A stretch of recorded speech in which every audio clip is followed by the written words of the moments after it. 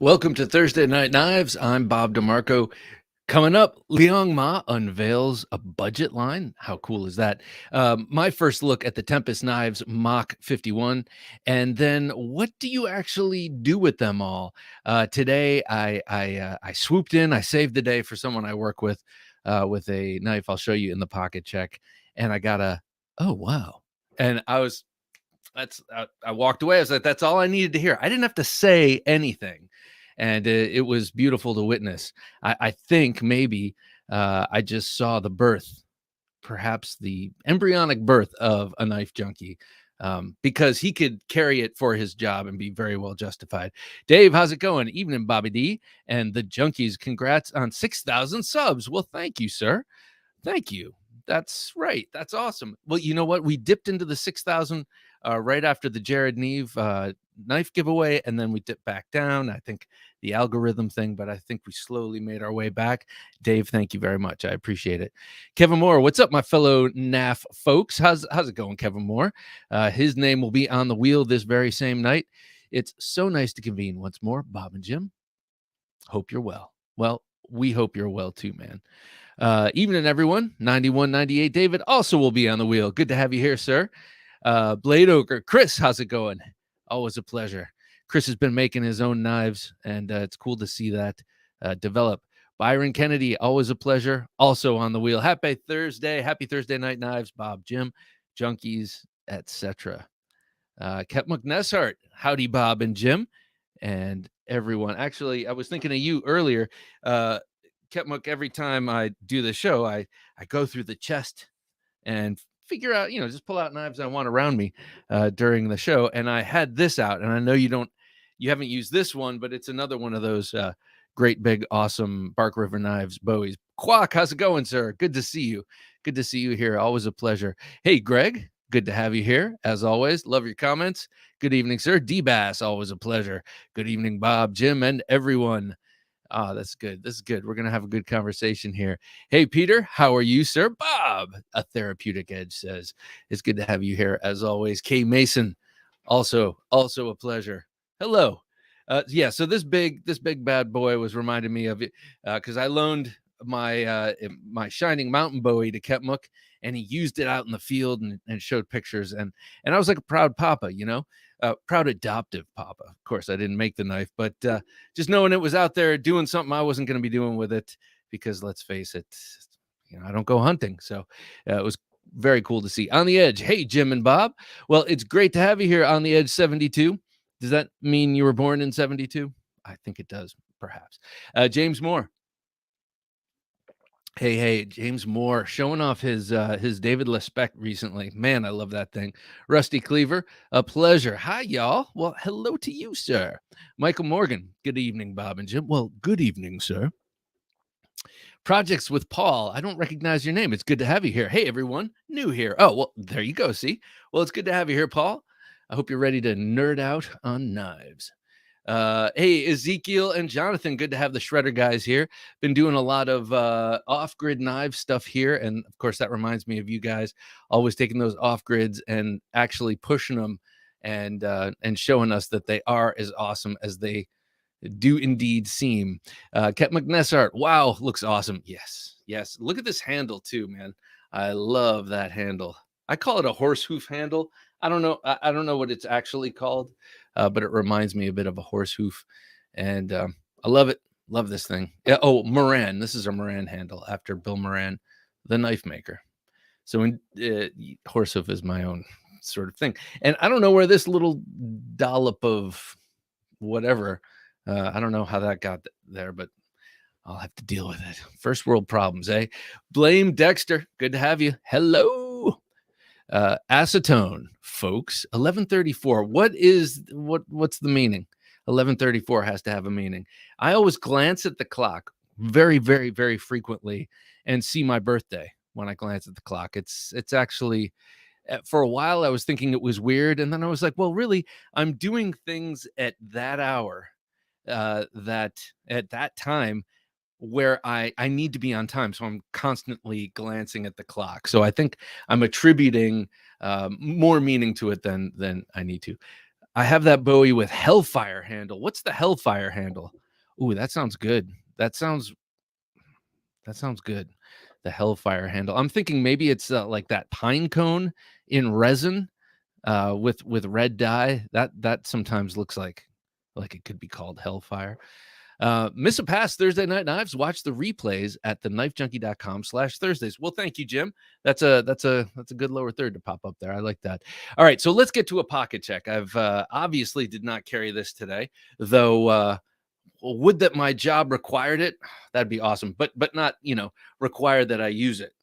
Would even be even better, because well, okay, I won't get into that. Pocket check. My first two-son knife ever I carried today. I ordered this while I was on an Amazon binge during the Christmas season, and it just sort of ended up in my cart, and then I just sort of pressed the button, and boom, it was on the slow boat to China. It took well, I just got it, so it took about a month to get here. Acetone upside down, 1134 spells hell. Oh, all right, like boobies. I got you. Terrifying stuff. Sinister knife. How's it going, man? Wanted to pop in and say hi. Exhausted, but well, thanks for checking in, man. I appreciate that. Exhausted. You should probably get sleep. I've been doing all this reading about how horribly I sleep because I sleep well when I'm in bed, but I don't stay there for long. Gear ND, good to have you. What's good, my dudes? Looking good, Chief. Why, thank you. Having a Thursday. This is what's looking good, though. So Jared Neve loaned me some Two Sons about a year and a half ago. Played around with them for a while. Really appreciated them. Dug them, but not one of those four was exactly for me. So I was like, okay, I, I'll move on. But then he got this, and a couple of other people got this, and we're talking about it. And then a little while later, I just found myself compelled to buy it, and I really, really like it. It's a pretty amazing knife so far. I'd like to take it apart and check out the guts. But so far, I really like it. Dave says, I have that very same TS301 in 14C. Okay, so this one is in D2. And I remember Jared or maybe it was Mike Emler not complaining, but kind of bummed that they moved from 14C to D2. Honestly, I won't know the difference on this, though. Today I used this and it did beautifully. I'll tell you about that in a minute. It's not exciting at all. It's ridiculously mundane, but it was the reaction I got that was pleasing. This knife is very smooth. I mean, like really smooth. It's like check for play smooth, but no play, and very nice carbon fiber there. Meets up seamlessly. I mean, you can't feel it at all with this canvas micarta. There we go. A little bit of focus. And they are not inlays. They are onlays, and and then the frame sits proud of the scales. It looks luxer than it is. It feels great and it works great. But when I looked at this, I was like, oh man, that inlay is incredible. And then you realize, oh, it's not quite an inlay. It's not an inlay at all, but it's still beautiful. It's still well done.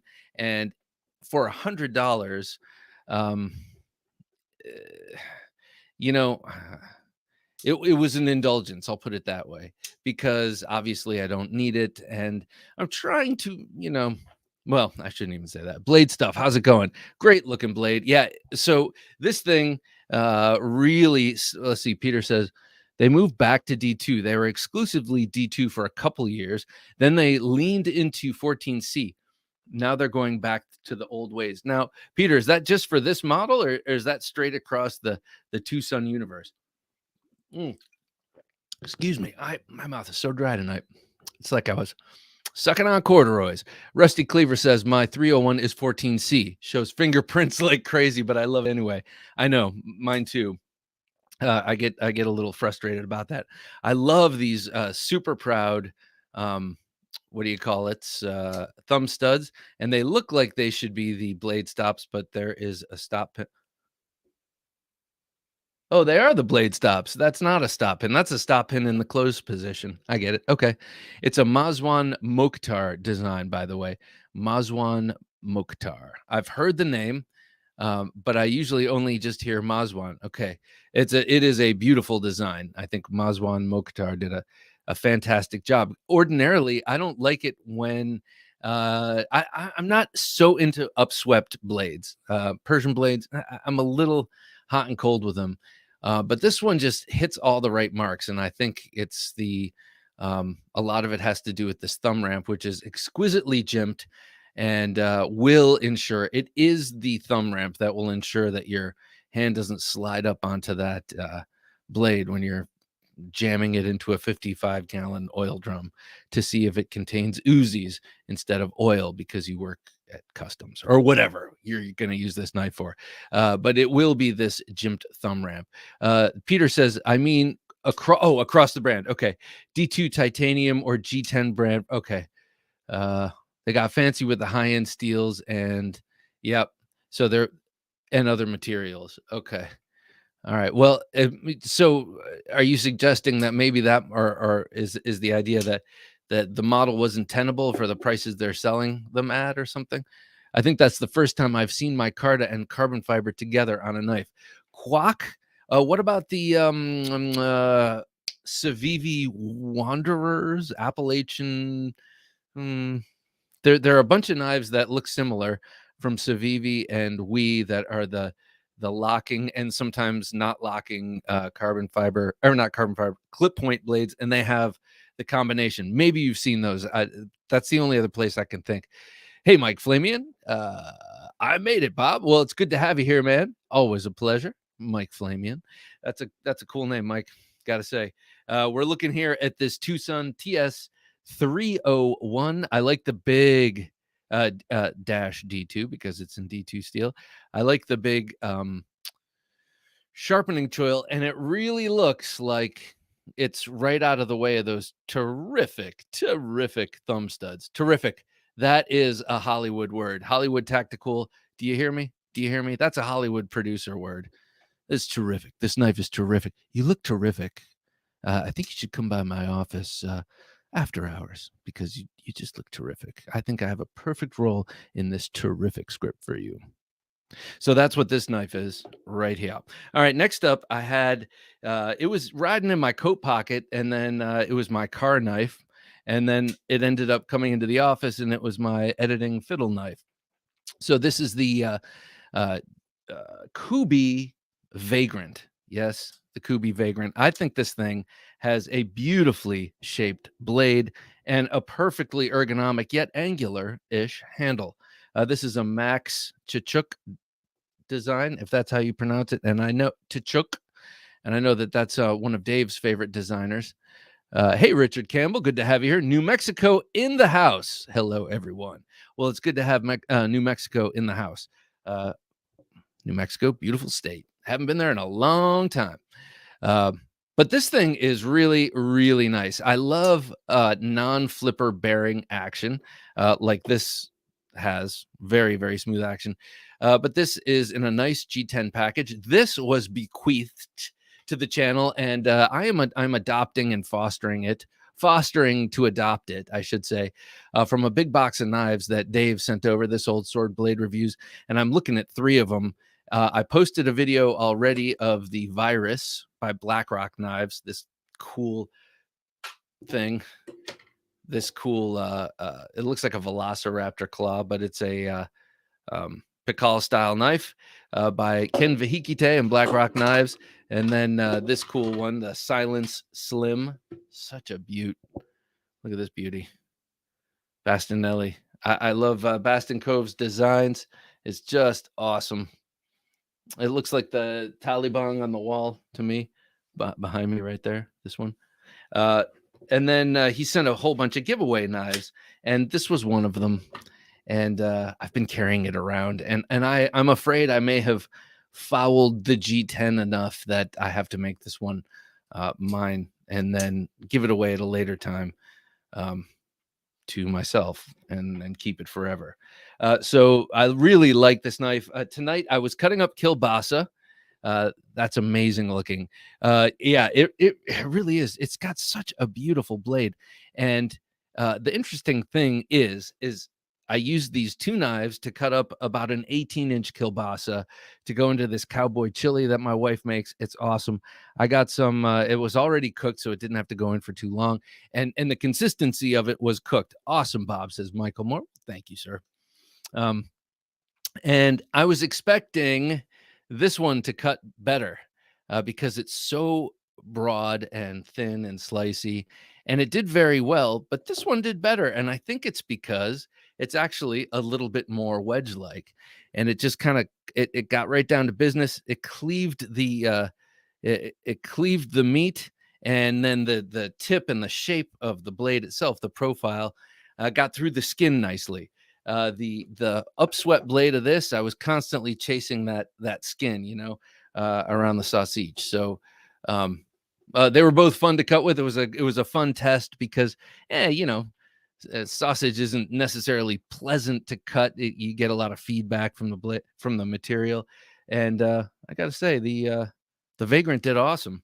All right, lastly, our awesomely, I think is correct. So last today, I carried my Copus Designs Elvia. You know it well. I show it often, but Josh Mason, he goes by Bright for War Knives on Instagram, wrapped the handle for me with his traditional Sukamaki style, Japanese style wrap. And I requested a deep purple, and that is a deep purple. I think the green of the mat behind it changes the color a little bit. It looks to me a little bit blue royal, but whatever.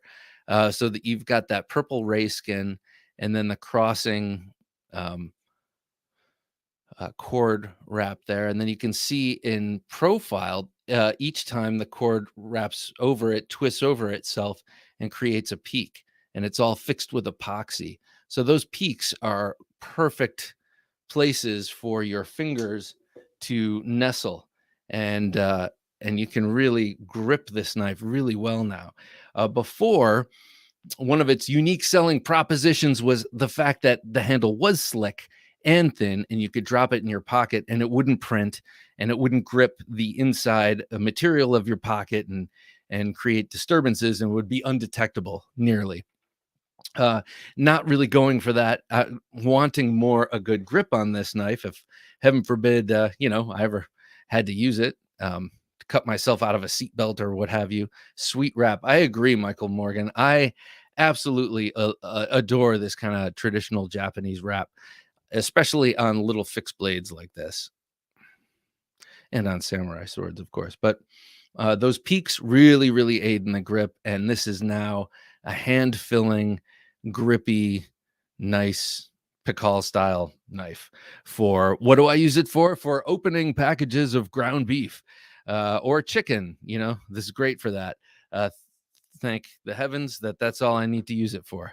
But there it is. That's the Ed Calderon and Copus Design Bladeworks Elvia wrapped with Josh Mason's wrap, and he does an awesome job.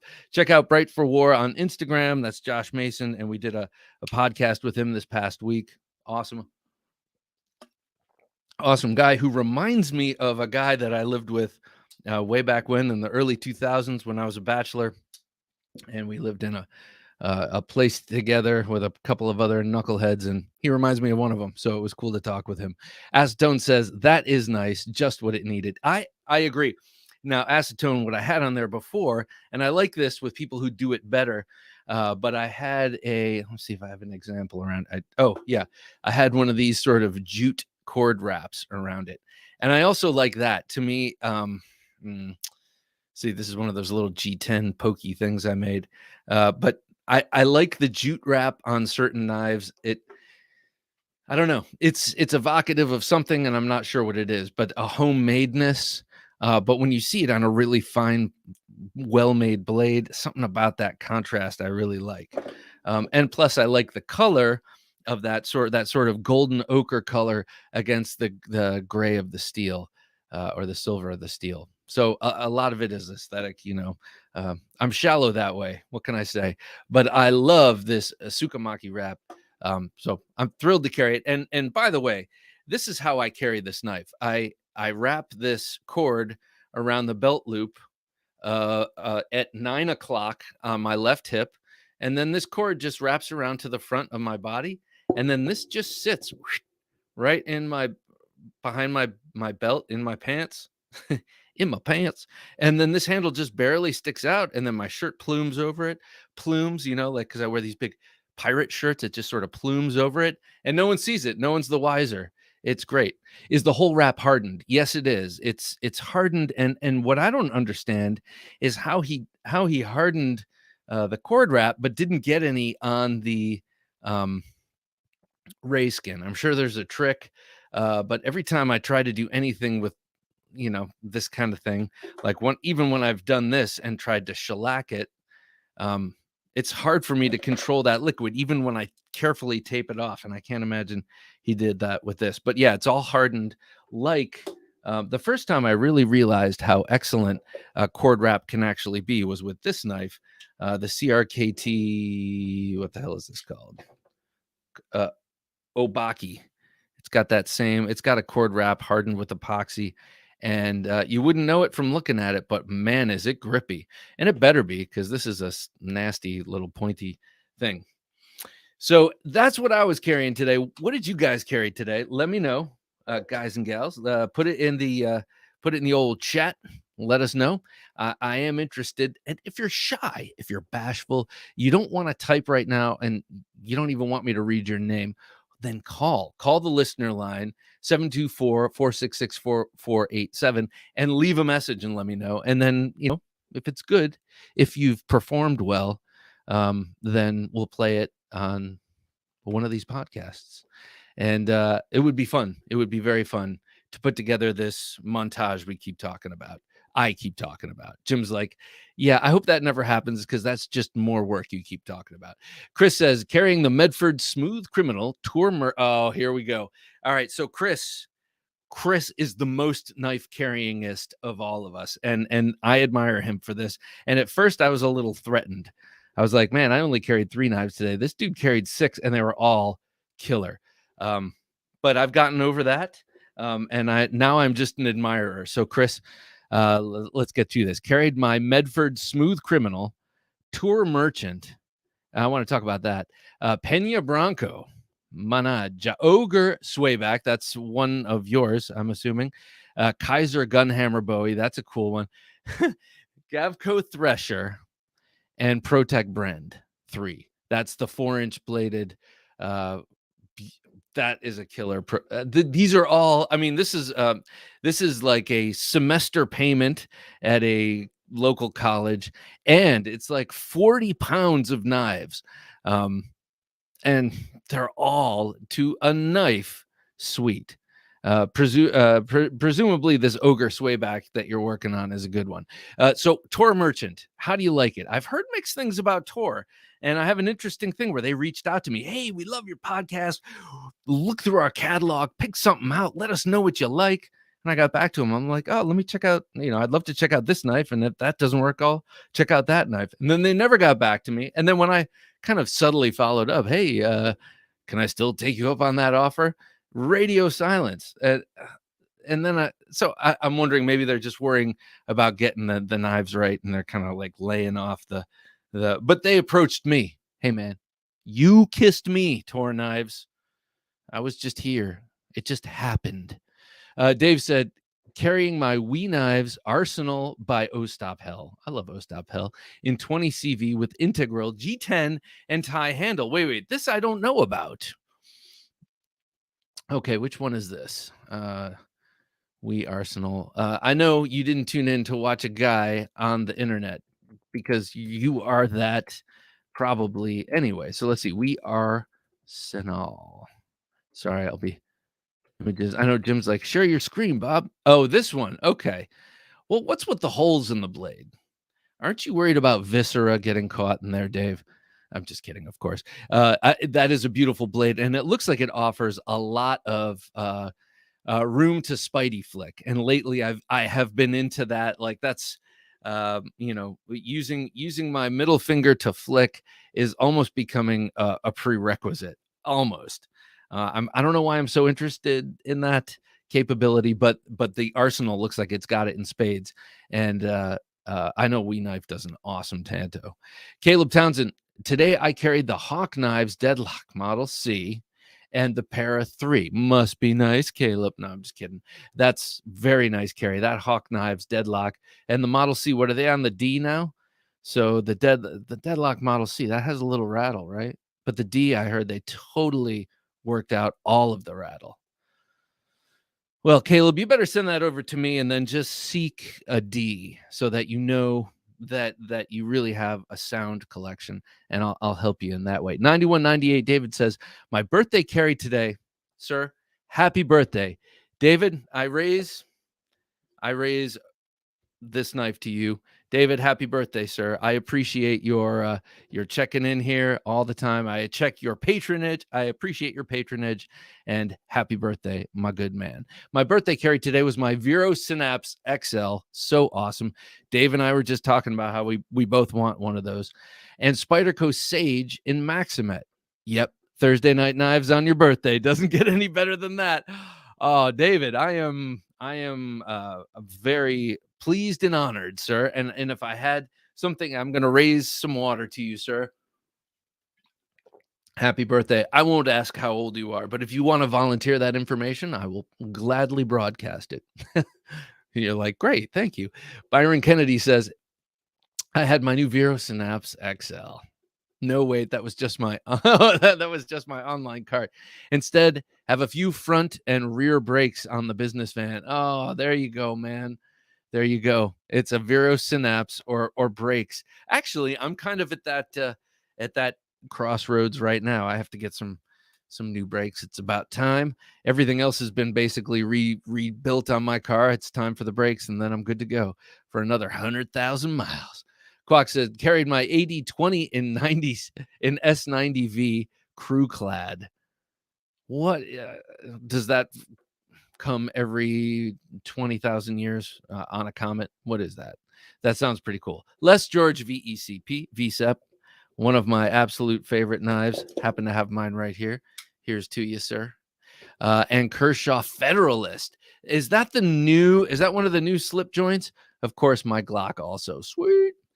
Is the Federalist one of their new slip joints? They have a host of them coming out. I think 3 or 4 new slip joints coming out. Federalist. All right, let me know. Mike Flamian. Today's carry was the Koenig Arius and Bark River shoot knife. Ooh, I like that shoot knife. Now that's a Bark River's take on the classic Bob Loveless shoot knife. I absolutely love that. I would love to have that knife double ground convex, because Bark River Knives does all their edges convex, but they never do sharpened swedges. I don't think they've ever done it. I don't ever remember seeing that, even when they did their version of the Randall Model 1. So to have a double edge and have 2 convex ground edges would be so cool, and that shoot knife would be the perfect platform for such a project with Paul. Good to have you here, sir. Benchmade Mini Barrage. I do like the Barrage. It's a good looking knife, and I generally don't say that about too many Benchmades. I gotta say, there are some, and that is one. The Mass Drop Gent, excellent acetone. The Gent. Wait, the Gent. Oh, that's okay. That's a that's Ferrum Forge, right? The Gent. Oh. Blade Stuff. Sebenza 25, very nice. The Sage 5 and the Victorinox. Now, the Sage 5 was the G10 with the compression lock, right? That's interesting that they did that, right? Because the Sage series, each one is inspired by one of the sages of the knife world, one of the great wise people of the knife world. And they named the 5th one after themselves, which is cool. That's cool because they are indeed, Sal Glesser is a sage of the knife world for sure. But it's just kind of funny, self-referential in a funny way. Rusty Cleaver says, at work today, I carried a Kaiser Justice And the wee banter. Love the wee banter. At home, I carried the Southern Grind Spider Monkey. That's such a damn cool knife. I had the bad monkey, got rid of that because I really wanted the Spider Monkey just with a bigger blade. And now it looks like I won't have any of them. Carried the 8020 Slim Shark Foot. Very nice. And I was able to get one shortly after mentioning wanting one on your live. Oh, how cool. I worked for a seed company, so mostly cutting string tape and cardboard. Let me ask you this, Kate. Does yours have the swedge? Because it's the 8020 Slim. So it's a bigger, it's not a foreign made Demco. It is a so does it have the swedge is what I'm asking on the shark's foot? I've seen it on some of the Demco made shark's foots, and it makes that blade look so much less ugly. And I have that knife and love it, the shark's foot. I just don't like how it looks, but I love how it works. Ezekiel and Jonathan say, we have a worktop. Ooh, Lapache, small fixed blade, and an off-grid Scorpion folder. Very nice. Titanium with carbon fiber inlays and M390 blade. I think I. Oh, I thought I brought mine out because I've been in such a. I was gonna share it. It's kind of like, I can't remember who mentioned the VSEP, and I had to pull out my VSEP because I had it around. It's sort of like when Jeeps pass or Porsches pass and they flash the lights. Hey, guy, I see what you got there. It's kind of the same thing. I'm not trying to show off. I'm trying to say, hey, guy, hey, look, hey, I got one too. I love it. Michael Morgan says Spyderco Shaman in S30V with black canvas micarta scales. Very nice. CME and custom titanium clips. CME. What is CME? Why am I not knowing what CME is right now? CME. Let me know. Max the Maker, always using his knives, says knives carried today was the RSK Mark 1 G2. Very nice. Used to cut apples for a crisp. Very nice. Max makes a crisp. Max seems to be a renaissance man, just from the kind of things I hear he uses his knives on. So a crisp. Now I'm hungry and want some coffee. A razzle cliff used to cut up a box, and a Swiss Army knife Huntsman not used. So the razzle cliff, is that the CRKT, or are we talking mid-tech mid-tech Graham or what? Therapeutic Edge had Kaiser GPB1. Okay. I think I know which one this is. GBP1 Kaiser. Oh, yes. Okay, the John Gray. All right, this is not what I thought it was, but you posted something the other day where you had 2 John Gray Kaisers, and he's an interesting knife maker.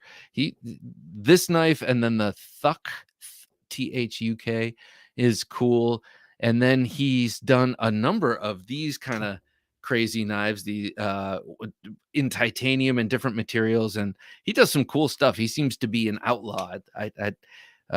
I think he's interesting. Kevin Moore says, right pocket petrified fish beluga. A lot of people have called that one of the knives of the year with blue micarta. Nice, beautiful. Left pocket Spyderco Roadie. You neglected to tell us the color because there are 6 for the Roadie. Never experienced the Roadie, though. I like the way it looks and I like the concept. Ostap used the HK VP9 pistol as an inspiration. That's cool. Is the VP9 the one where you can kind of turn off the slide? So if you have a suppressor on it and you need to shoot out light bulbs before you go on your ops or take out sentries, you can shoot it and the frame doesn't move, and then you have to silently re-rack it. I shot one of those in Las Vegas in 2003. I thought it was the coolest thing ever. D-Bass, I went old school and carried the ZT0566. I was just talking about that knife last night.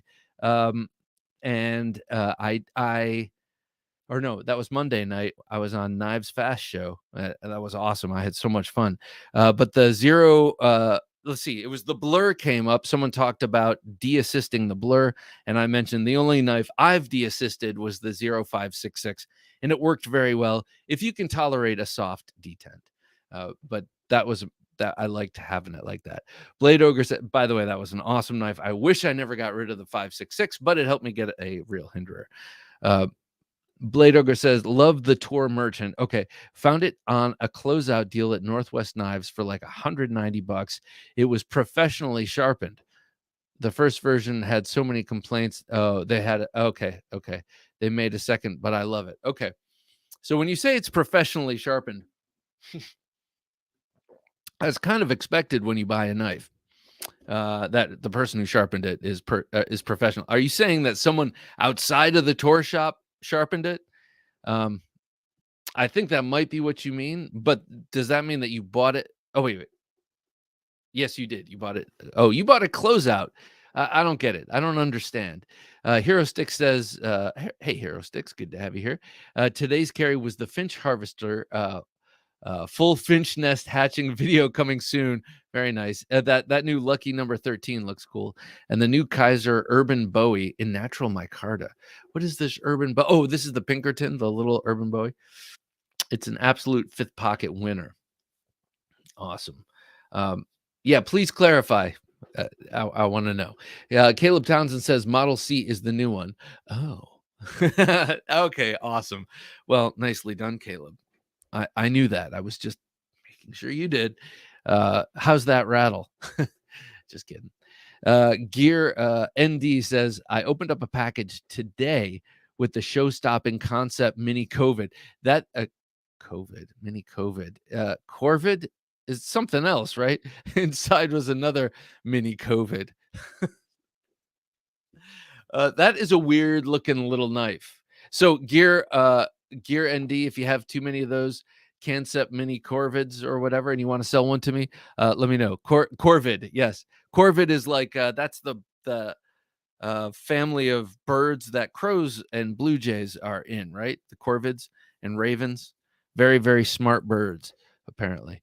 Kep McNeshart said, but all I know them is pain in the asses when I'm trying to sleep. Like I have one day that I can sleep in past 6 or 6:30, and on that day, those crows. If I don't have a white noise, something generating white noise, I'm going on a BB hunt for crows, which apparently is not acceptable.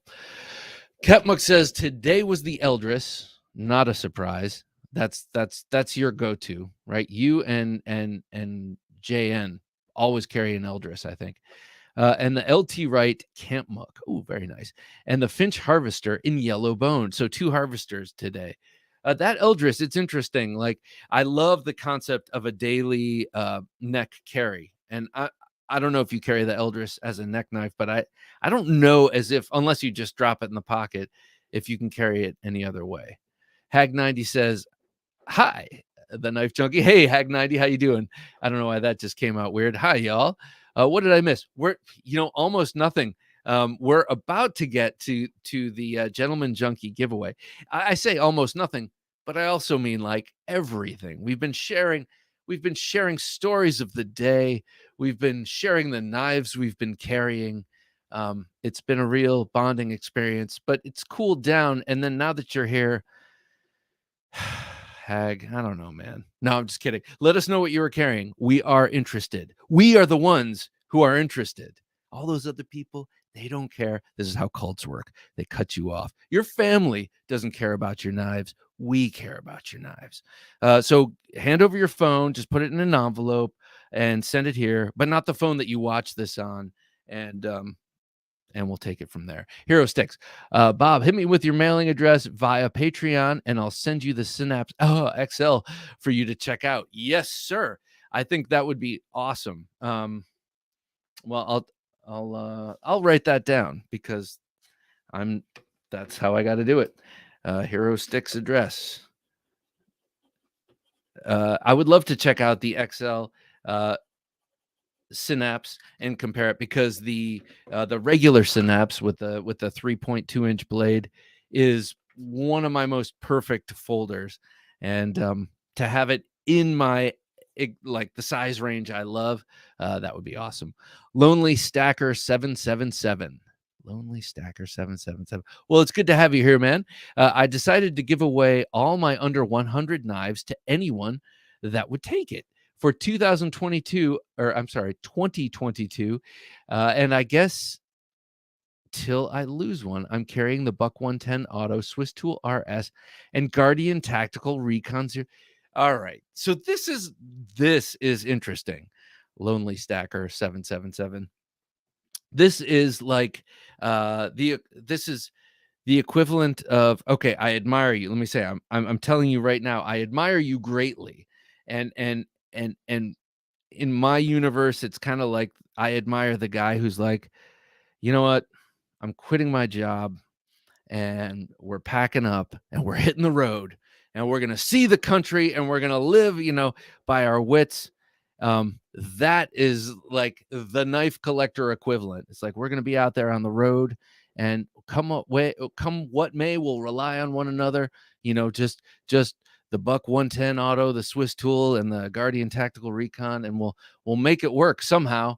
We'll have challenges. We'll have moments of extreme joy, and along the way we'll learn something. And the little Swiss champ will come out of this like way better off than his peers. So I admire you. I just can't do that. I cannot uproot and hit the road, and I cannot sell everything off and stay with 3 blades. But man alive, do I admire you for that. And you will really, really see the value of that Buck 110 Auto, that Guardian Tactical 035, and that Victorinox Swiss Champ. You'll really know what those things are worth after this experience. I carried the Petrified Fish Beluga. Ooh, I got to get one with natural micarta. That's how I would do it. Blasted blade and clip finish. What's up with the blasted blade, though? I thought that went out with the 2008 Cold Steel catalog. I didn't think we were blasting things anymore, though. I think the blasting has gotten less porous and less, or maybe they blast it and then tumble it or something. American Blade Works Model 6 in 20 CV brown micarta. You carried that last week, G-Man. Good to have you here, G-Man. And I think that's what inspired me to have mine on hand. Here's my little Jeep wink. Except mine's a V5, so yours is better. And mine's an S35 VN, so it's sharper and steelier. And brown micarta, it's just nummier. And the TRM Neutron 2 in titanium. Okay, so this is another thing. I would love to have a TRM with titanium, in titanium, whether it's a Neutron or an Atom or a, pardon me. Oh, what's their access lock one that we're all drooling over? Can't remember, but very nice carry, G-Man. And here at the Knife Junkie, we care. It's a Gungan. It's a Gungan. Well, it's a Gungan. It's great to have you here. I was given a Benchmade bug out for Christmas. What a great Christmas gift. Appreciate the gift, but what a crap knife. Can't believe it's a Benchmade. Okay. All right. So we got to dig in for a second. All right. So, well, Benchmade is known for, they have in the past released some crap. There have been some QC issues for sure. And you will not see me jumping up to defend them. Not a huge Benchmade fan, but I have a huge appreciation for their position in the knife world, et cetera, et cetera. The original Benchmade bug out with the original blue plastic handles, you are right. It feels cheap. Now, it's tough enough for what it is, but it feels cheap and it feels like you can't rely on it. So I got some aftermarket Putnam scales in my Carta. This was when there weren't a million versions of alternate bug out. But all I'm here to say is that you can get a bug out if you do like the blade. The blade is great, and if you're interested in a stouter feeling knife, there are other options in the bug out universe, and they've really expanded it, which I appreciate. And then there are a lot of exclusives. But I hear what you're saying about the feel, and my bug out was awesome. I mean, like QC, it was great. But you might be dealing with not only the cheap feel of the original plastic handles, but also bad QC, because they are known for that, or at least were. Discuss amongst yourselves. Blade Ogre says the Ogre Swayback is built from old parts in my garage. How cool! The big wood handle is off an old USA made awl, probably in the 50s or 60s. How cool! You know, it's like my Loveless Subhilt Fighter Custom. It's got parts on it that are made from historical things. One's made from a bridge, one's made from an old dead deer, you know, the handle. I like that. That's what I like about natural materials too. Wood, the wood on this Boker Smatchet that Dave gave me. This is rosewood, like they use on the fretboards of guitars, and it took a long time to grow that tree and get this beautiful wood. So there is history built into all natural materials, and I love it, or baked in, I should say. K Mason says no cutout or top swedge. Okay, all right. Well, okay. Well, I like it without the cutout for sure. I like that's why I got this one without the cutout. I feel like it retains a very pleasing blade to handle ratio. I believe with these Demco knives in particular, the 80/20s, when you add the hole, the slot in the blade, it just visually shrinks the blade a little bit. Don't they know about shrinkage? Just don't put the hole in there. That's all. Hero Stick says CME is a new budget brand. Some interesting builds for sure. CME equals compression made easy. Oh, by OCD for EDC, button for okay. Oh, yes. Okay, I'm sorry. All right, I will be 100% honest. We were away for the weekend. It was like a decompression weekend after the holidays and after the death in the family and all this stuff, and we had a wonderful time. And we did a bit. I did a bit of drinking, and I remember seeing that now while I was like scrolling before passing out or falling asleep. It wasn't as debaucherous as I'm making it sound, but now I'm remembering seeing that. That's very cool. It's OCD for EDC has a button that you can attach to your compression lock knives, which makes it easier to close, maybe for everybody, but definitely for lefties. Did I say OCD or Jim, would you mind putting that back up? I think I may have gotten the OCD for EDC. Okay. But it makes it much easier to close it if you're lefty, because that's one of those things about the compression lock. In so many ways, it's such an excellent lock, but for right-handed, left-handed, it's like you're just holding onto the knife like this here. I'll hold it right here. Left-handed, this is your grip on the damn knife, unless you figure out a way to, like, I guess you could maybe do that, but really your grip is tenuous when you're doing it left-handed, whereas right-handed you can grip the whole thing and flip it in. Okay, well, thank you guys for that that knowledge bomb. I carried the Kaiser Gun Hammer today. 2 people carrying the gun hammer. That's kind of unlikely, I have to say. The gun hammer is a cool design by Daryl Ralph, a custom design of his that Kaiser took on. The one thing that was always a weird design choice and probably a deal breaker for a lot of people. I know it was for me because I was a Kaiser buyer at the time this came out and a fan of Daryl Ralph's designs, especially the Expendables knife. But it was that it had this weird, it was set up for tip up or tip down carry. And under, it was a heavily milled surface, but under the clip, it's got these flat zones so that you don't tear up your pockets. A nice consideration. I appreciate that. But on the off side, if you're not going to carry it tip down, you still have that landing spot milled into the frame. And I always thought it looked weird, but probably in hand and in person, it's not as offensive as it seems in pictures and videos. I'm sure it's awesome. It's a Kaiser. They build great knives, and I think the design is awesome. I love the flipper tab. I like how it's reminiscent of the Commander model 1911. I think that's cool. Cool. How many times do I say cool in 2 hours? How many times? Kevin Moore says, Tuesday, I had arrived the Tucson Teppy design with burlwood handle. That sounds awesome. Oh, the Teppy, I think I know which Teppy design you're talking about. And a petrified fish beluga with blue micarta scales. That's number 2 tonight, and number 3 for the beluga. And the off-grid cleaver V2. Great Tuesday. Excellent, excellent choices, sir. The Teppy design, Jared loaned me one Teppy designed Tucson knife, and it had this, it had a nice sort of leaf-shaped blade, but it had a really interestingly textured titanium handle scales that were, they were like if you looked at knurling and then softened it all with time and tide, etc., and then blew it up. That's what it looked like, and it was very pleasing in the hand. I'm wondering if this is the same Teppy design Tucson except with pleasing wood handles.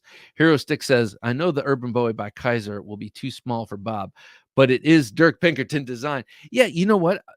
I really like give me like this, really small, like the baby rhino, or give me big. I don't like medium. That's kind of where I'm not thrilled. Acetone says, if anyone's looking for a new Shaman, White Mountain restocked today. Nice. Good. Thanks for the tip, Acetone. Stone-washed blade. Very nice. Yeah, I need a Shaman. I've never had one. I'd like to check one out at least. So I went all crazy about the Chavez Redemption street drop. I say Redemption. I don't know why. Redemption street drop, and but there are still some available. I wonder if demand has withered. Huh. I don't know. Or maybe it's just a season, SHOT Shows going on, a lot of people spending their money there. Maybe I don't know. I would love a Chavez now that you can get, or Chavez now that you can get it without the skull clip, or you can buy another clip.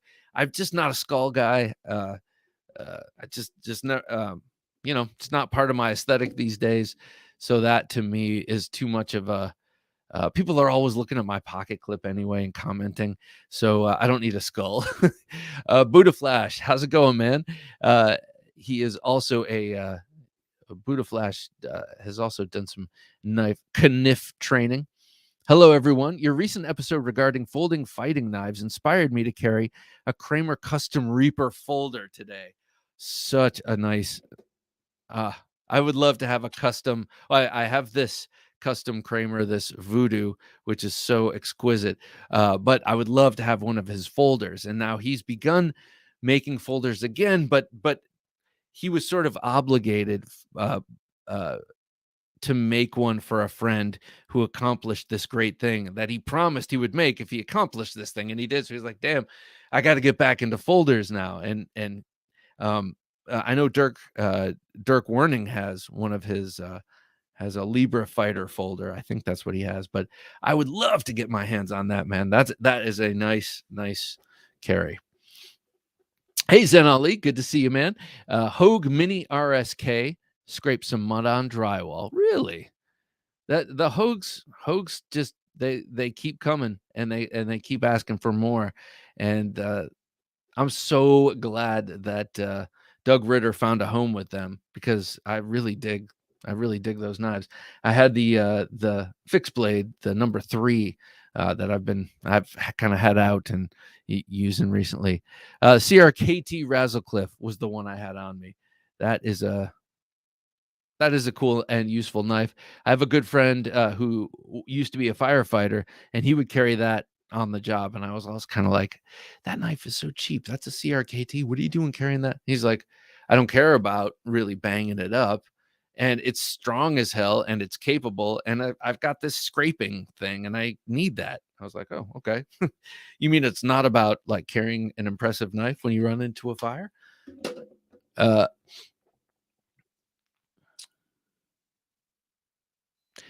Cirrhosis psychosis. Is that right? Cirrhosis psychosis is what I'm going with. Good to have you. I do not recognize your name, but I'm very pleased you're with us. Cirrhosis, Psychosis, Emerson CQC 13, speaking the language of my heart already, sir, and a rusty bastard, professionally sharpened by a whiskey smelling old guy at the gun show. Nice.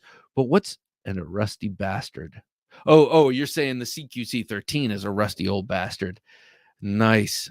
I love it. I love the CQC 13. Probably, well, definitely in my top 3 for folding Bowie profiles. That is definitely, and it's definitely my favorite Emerson Bowie profile. And he does Bowies. He does a lot of them. Bowies as the day is long. JN, good to have you here. Hey, fellow knife enjoyers. Hey, Bob. Hey, Jim. Sorry I'm late. Baking allows no breaks. I respect a person who bakes. My wife is the baker in the house. Baking requires strict adherence to recipes, I learned. And sometimes I like to wing it. You know, it's part of my artistic spirit, you know. And so that means I'm a terrible baker. I'm pretty good when it comes to winging it with Italian food. And that's about it. Breakfast, very good at breakfast. I could cook anything, but I just don't like to follow recipes. Don't tell me what to do. I don't like the number 350. I like the number 417. So that's what it's getting baked at. Redacted says, I bought the Corvid XL. Very nice. It's a gigantic, hilarious thing. I love it. Gigantic and hilarious. And the mini Corvid is tiny and hilarious. It's like an exercise in hilarity, craziness. John Gray Thuck. Yeah, that's what it is. Was the inspiration for the Kaiser GPB1. Gray's Pocket Brute. That is a cool knife. And Thuck, what did that stand for? I don't remember what that stood for, but it's utility something knife. I mean, like it's a good good backronym, you know, like the government does. We want to call this missile Patriot. And I can't remember what it stands for. I used to remember, but they were stretching it just a little. But that's fine because they can do whatever they want because they have Patriot missiles. Stooley J says Civivi Synergy 3 today. How cool. Okay, so that's the new Civivi made Synergy. I know we was doing the Synergy, and this knife I was looking at on the back of Blade, a tactical knife magazine in like 2008. I wanted that damn Synergy so badly. I'm sorry, Jim, can you go back? And then they and then we came out with it. I was psyched to see that. And now Civivi, and I will be getting that one. And it has the concentric milling in the G10 that is also contoured, I believe, Stooley, right? And then you can get a version with Damascus. It's all for like a pretty decent price. Really nice budget version of a great design. Yeah, right. That's short for what I said. Yeah, that's the concise way of saying it. Hey, what's up, man? Good to see you here. We got Joe with us. Hey, guys, got the new Max Ace. This thing is gorgeous. I was trying to find it today, actually, online. You tempted me with that photograph. Got the new Max Ace Halictus 2 in Mokame. It's so friggin' yummy. It is beautiful. It's got a gorgeous double-peaked clip point blade, evocative of the Mach V SOG. And to me, that's just, you know, that takes the day. JN, still baking cookies, but have a second between mixing and baking. Hey, man. Keep mixing, keep baking. I can almost smell it. I remember Emerald Lagasse used to have a joke. Would that we had smell-o-vision. Bang. Okay. Do it like this and such. James Moore says, in case anyone is interested, this weekend, Tactical Knife Invitational and Las Vegas Custom Knife Show. That Tactical Knife Invitational is just that. It's an invitational. And Peter Carey talked about it on the podcast when I was talking with him, obviously, and I knew of it, but I didn't know that it was something that you get invited to, and you bring your finest stuff, and people, high rollers, like spend high dollar to be in the room and to have a chance to buy your work. That just sounds.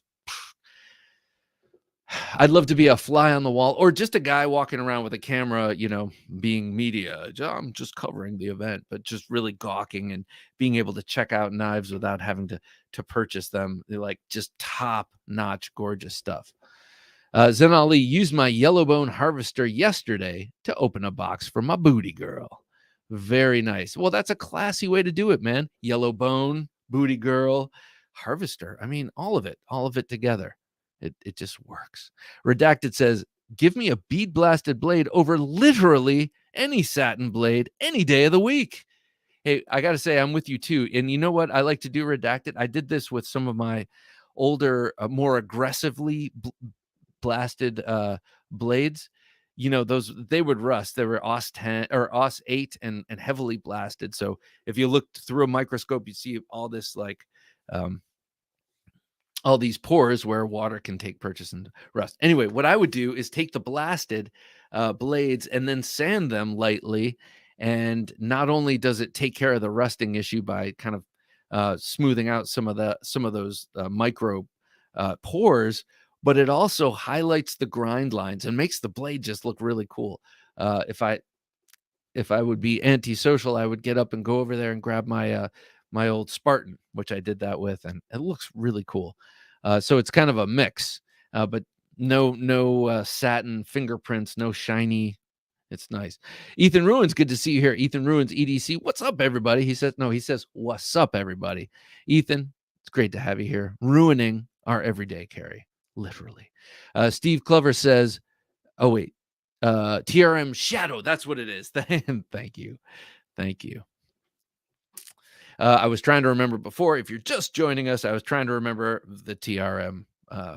What's it called? No, because it has the axis lock. When we were talking about that, K Mason said, "I would love to make it to a show. The Texas Blade Show would be the closest, but still don't think I can make it this year." Yeah, I'm already starting to look forward to Blade Show in June. That's going to be here quicker than we know it, or quicker than I know it. You know, I got to sell some knives so that I can buy some knives. But that show experience was so cool for me, and I'm excited to go back, knowing what I've known from this last year and kind of how I will approach it in terms of covering it, but also, and more importantly, how I will approach it in terms of purchasing and saving for it. Chris McNair, Manix 2 and blacked out Para 3 lightweight. Very nice. Sorry to break your rules.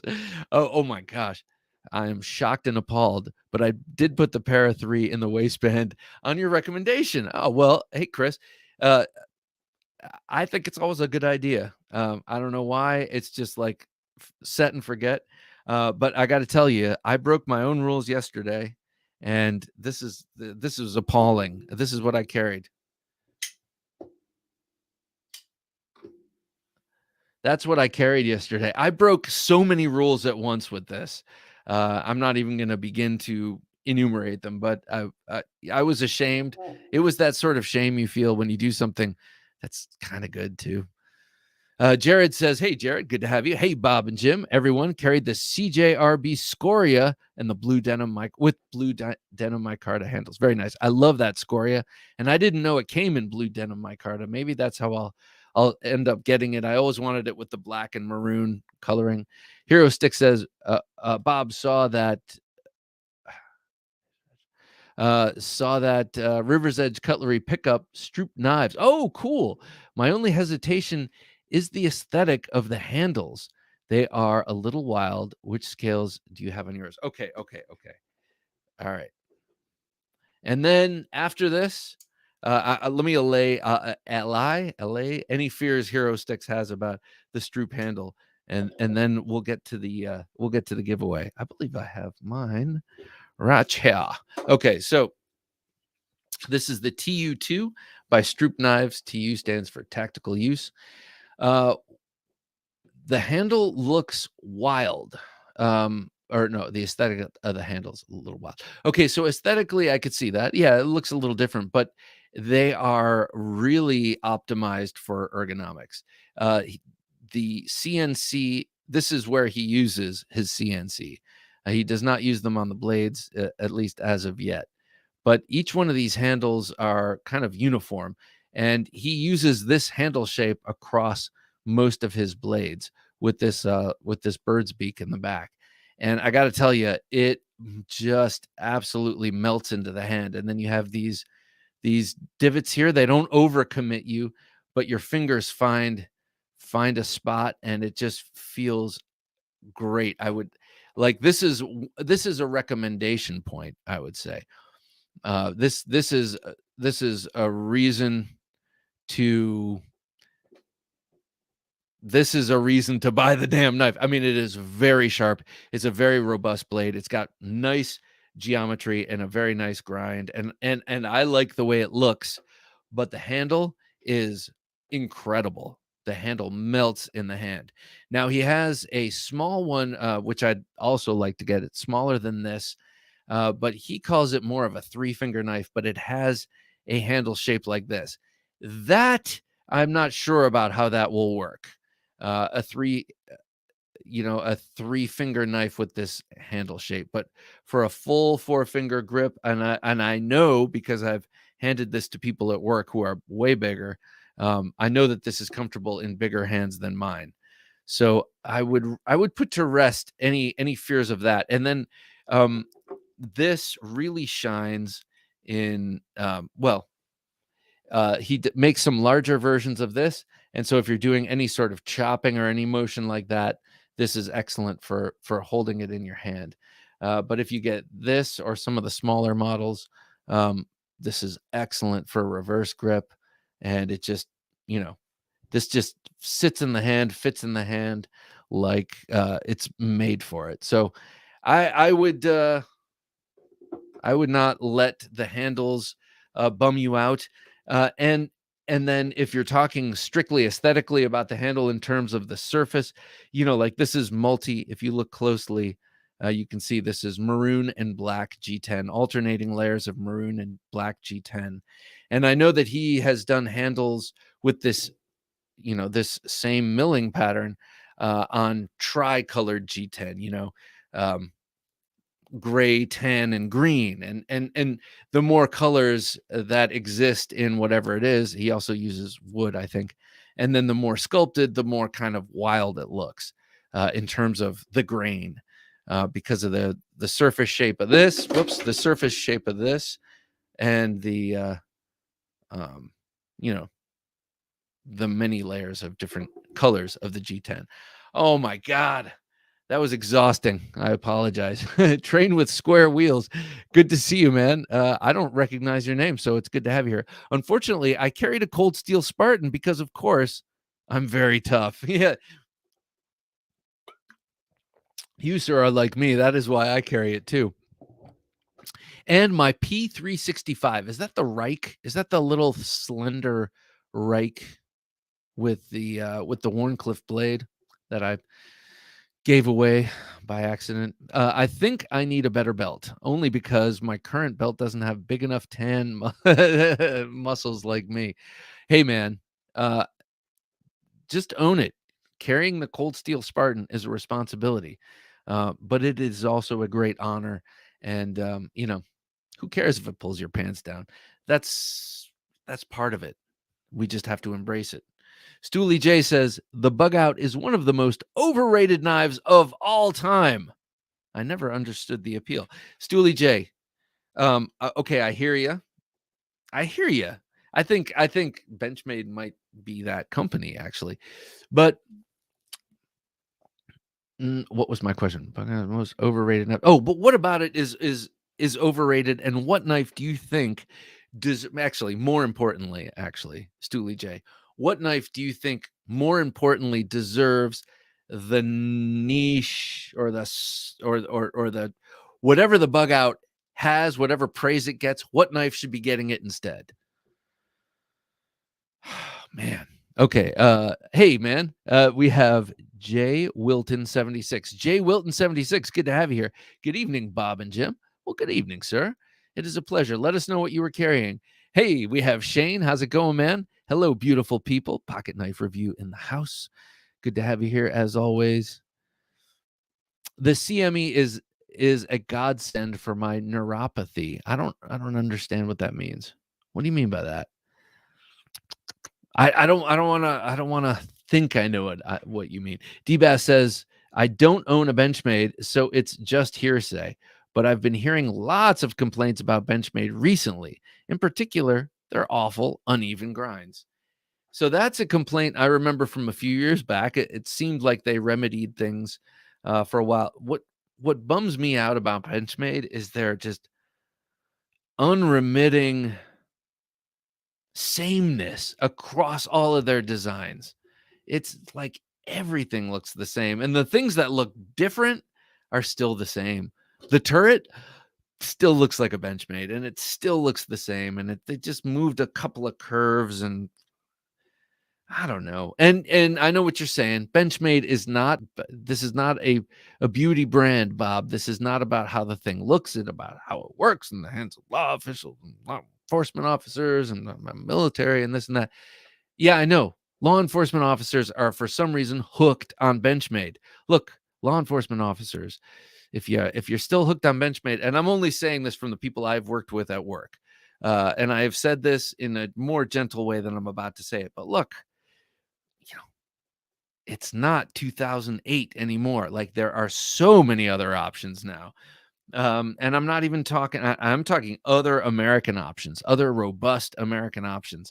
Look further afield than Benchmade. And then maybe Benchmade will feel obligated to make some compelling designs beyond the ones that they've already made that we have already accepted and applauded as compelling. Michael says, I don't own a knife that drops like the Towser. I don't own a knife that drops like the Towser. So you do own that a Towser, and it's your best, right? That's what I'm assuming you're saying. And I, I've got a couple right here. I mean, everywhere I look, I'm impressed now. Here's my Boker. Get the finger out of the way. Here's the new Tucson I just showed you. Get the finger out of the way. Actually, I didn't that time. Here's the off-grid knives I showed you. Get the finger out of the way. You know, it's a lot. You said cool 47.5 times. That's so oh, so that makes it 48 because I got the other half. Thank you. I appreciate it. You know, if I ever do I've thought about doing Toastmasters, you know, through work and having people analyze, you know, write speeches and having people analyze and oh, you said and you say like and cool and all this. Um And then I'm like, I don't need to be language policed. I'm constantly language policed. I don't need to like take it on myself. So you can stop counting. But that was very cool that you did, and I'm very impressed at how cool you are that you did that. JN said S90V Native Chief, G1020CV Griptilian Eldris, again, M4 940 and a pointy stick or two. So this is interesting. You had a Griptilian and a 940. Okay, well, you can still hang out here, but that's two of the same knife. I'm just kidding. I know I have no legs to stand on with the double off-grid, double rhino carry. It's gross. I got my first Ritter Hogue today. It's a laser engraved with Knives. Oh, cool! Knives Live 2021. The benefit you guys did. That's awesome. It was a gift from the group. That's perfect, and perfect that it's on that knife. Beautifully done, sir. Dino N says carried the Gail Bradley 2 SDK custom SDK. I'll get it in a second. Oh, okay. SDK custom maroon scales and Bark River Huntsman. Ooh, I like the Huntsman. I love all Bark Rivers, but and then of course maroon. Chavez is now providing a non-skull clip as a stock accessory. The knives arrive with the polarizing skull attached, and then you pay extra for the other skull or for the other clip. And my saying that is not, you know, I believe you should pay extra for the other skull. I wasn't saying that you shouldn't, but just so you know, it's not like it comes with both. You buy it like you said, just like you would buy a different Hinderer clip or something like that. Dan Satermo. Dan Satermo. Good to have you here with us. Used my QSP Hawk for ye old cardboard today. I hope it yawned away from that QSP. all day long. Jay Wilton 76 says, I was off and working around the house, so I had my frenzy from Cold Steel. Speaking to my heart, sir. And my regular EDC, my K bar. EK45 for a change. Oh, Eck. Wait. Eck 45. What are we talking about? Do you mean a fixed blade John Eck knife? Your regular EDC? Please explain. I'm confused. Because that would be too exquisitely cool to walk around all day with an Eck, right? James Moore says, got my Shiragarov custom division F3 NS with me, Bob. That sounds lovely. And now I know what an F3 NS is. And I think were I to add a Shirogorov to my collection today, which I won't be, but it would either be that, the F3 NS, or it would be something from a few years back. And I still think it's an F3, but it's got almost full micarta inlays, almost the full profile of the handle, but it's got the big 3.75 inch blade and all of that, and is just beautiful. For now, I can just dream. But as always, man, nice carry. Lonely Stacker 777 says, thank you for the inspiring response. It is really like a journey when you limit yourself to just a few knives. My next purchase and my last for 2022 will be a Maa Messer from Cold Steel. Oh, very nice. So the Messer is a large, well, it's like a short sword or a large knife that were traditional European. Now, I don't know when, but Renaissance, I don't know, 1500s in that area. Everyone had kind of a big hearth knife, a big giant knife, and you could use it for a lot of different stuff, including defending hearth and home. And Cold Steel has made a version of that for a long time. Messer is the German word for knife, and it's a big Messer, right? That's the one you're talking about, right? Or am I just going off at the mouth again? Nick EDCer says, hey, Bob. Hey, junkies. Got the mini Griptilian and the Fox Libar Slippy on me. I love that. That is a cool little knife. The Libar is. Hero Stick says, smash that like button. 76 on here and only 35. Like, come on. You know what? I'm not sitting here looking at those things, those numbers. So I appreciate Hero Sticks doing that. Come on. If you're sitting here and you can hear the sound of my voice and you just want it to stop, before you click the X button, hit the like button. What does it cost you? It costs you nothing. It's kind of like saying please and thank you. It costs you nothing. That's what I tell my daughters. Hey, it costs you nothing. I'm not just going to get you some orange juice. Stoolie J says, oh yeah, the concentric circles in the G10 are pretty unique looking. It's a nice touch. It's a nice touch. Yeah, and it looks like it's nice and grippy too, and a pattern you're not used to gripping. So, Todd Carr, I liked your comments. I don't remember what they were, but they cracked me up the other night on Knives Fast Show. Today was using the Leatherman Surge, very nice QSP Parrot, the Mora Companion, Mora Hook Knife. What's that? That sounds cool. Tucson TS 16 and M390 was carving wood all day. TS 16 in M390. That's an old one, right? TS 16. But what is this Mora hook knife? I'm fascinated. Excuse me. Mutstumbo, how you doing? Good evening, all. Well, good evening to you, sir. Excuse me. The budget guy FKT says, hey, y'all. Well, how you doing, budget guy? Hey, y'all. It's good to have you. I recognize your I just recognize the you have is that a SOG seal pup in your is that a SOG seal pup in your avatar, or are you just happy to be here? Ior, good to have you here. Hello guys, carrying the Cold Steel 4 Max Scout and the Boker Kalishnikov Stubby. Both cool. 4 Max Scout. I love, or Scout. I love that knife. And I just recently learned how to do that snake tie with your paracord, and I put a nice long fob on mine, just like Jimmy Slash. That's cool. Buddha Flash says, TKJ, the Knife Junkie, it's $250 to get in, and you get automatically entered into all the lottos. Oh, really? Oh, that's cool. You just have to bring money. Okay. My buddy is headed over there, living vicariously through him. I hear you. Okay, so it's $250 to get in, and you're automatically entered into all the lottos, which those lottos can cost you money to enter, right? I mean, that is a pretty good opportunity if you're someone who already has, say, you have, I don't know, um, a sum of cash that you're like, okay, once a year I'm going to go to this show and I'm going to spend this amount of money. Some people do that for vacation. Some people do that, going to casinos or spear fishing or whatever it is.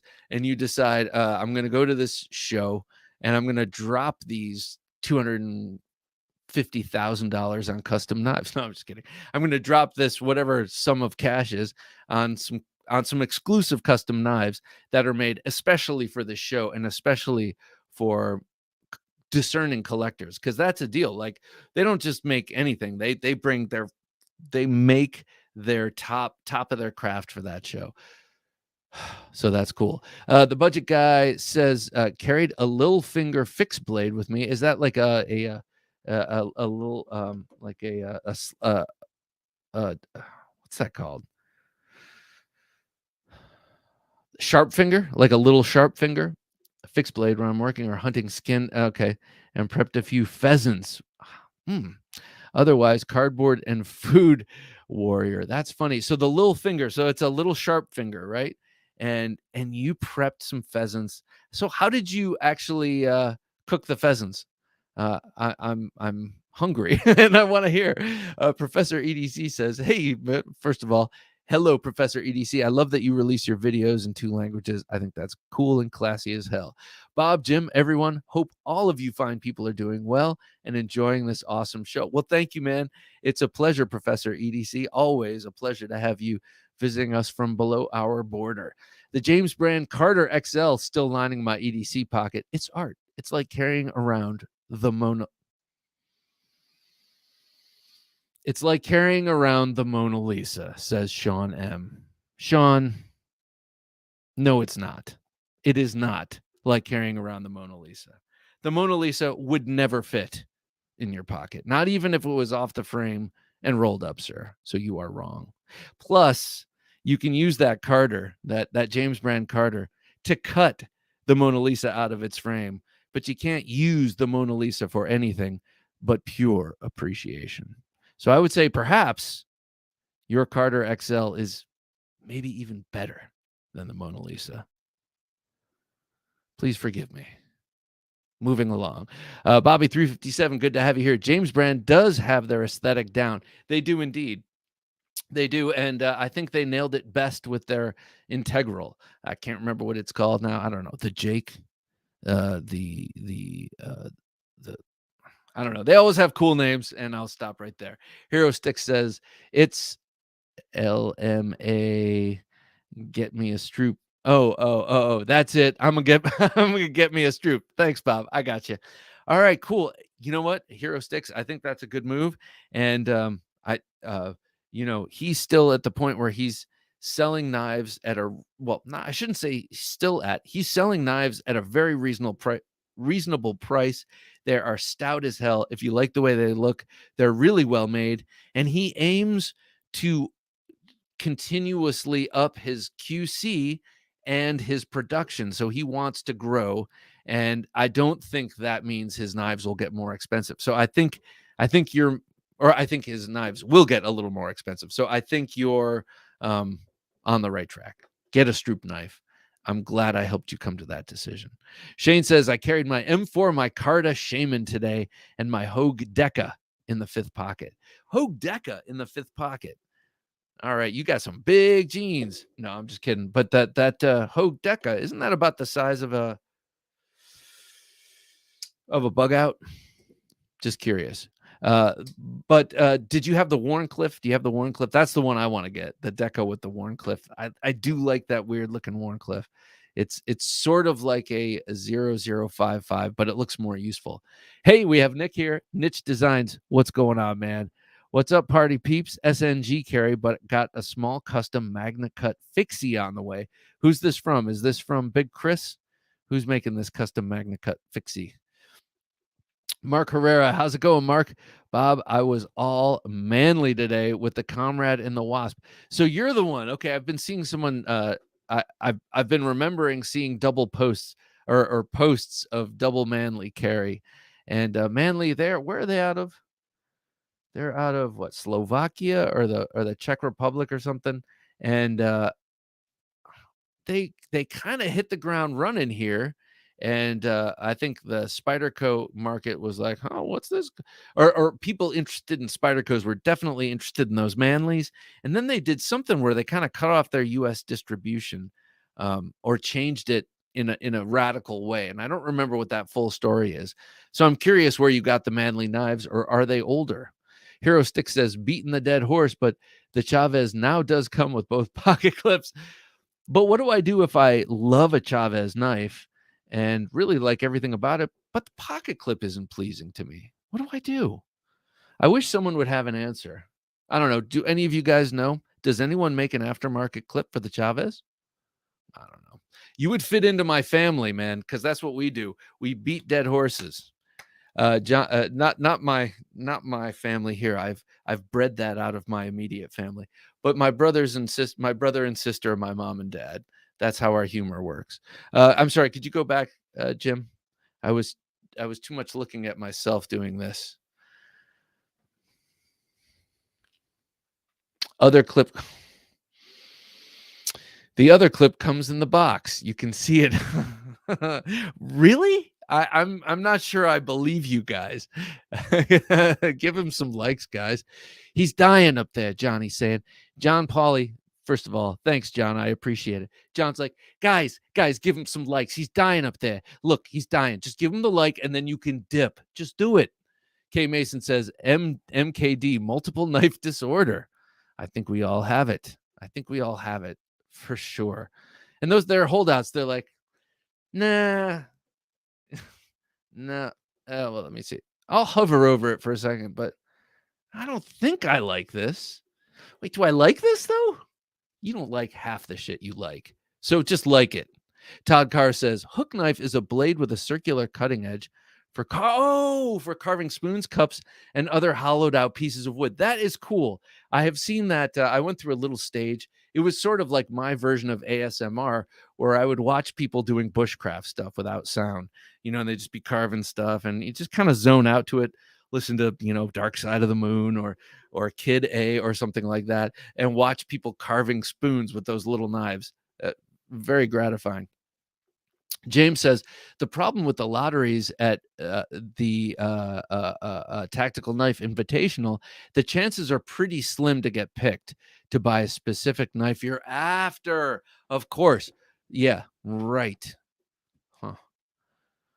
You might have to just settle for a maker. If even that, say you go in there and you really want a Charles Marlowe. I don't know if he's going there, but that's my dream knife. You want a Charles Marlowe Squale with a hand rubbed mirror finish, say something crazy like that. You might go in there, get entered into everything, and then walk out with a, Peter Carey. Not that that would be any bad shakes, but that might not be what you're going for.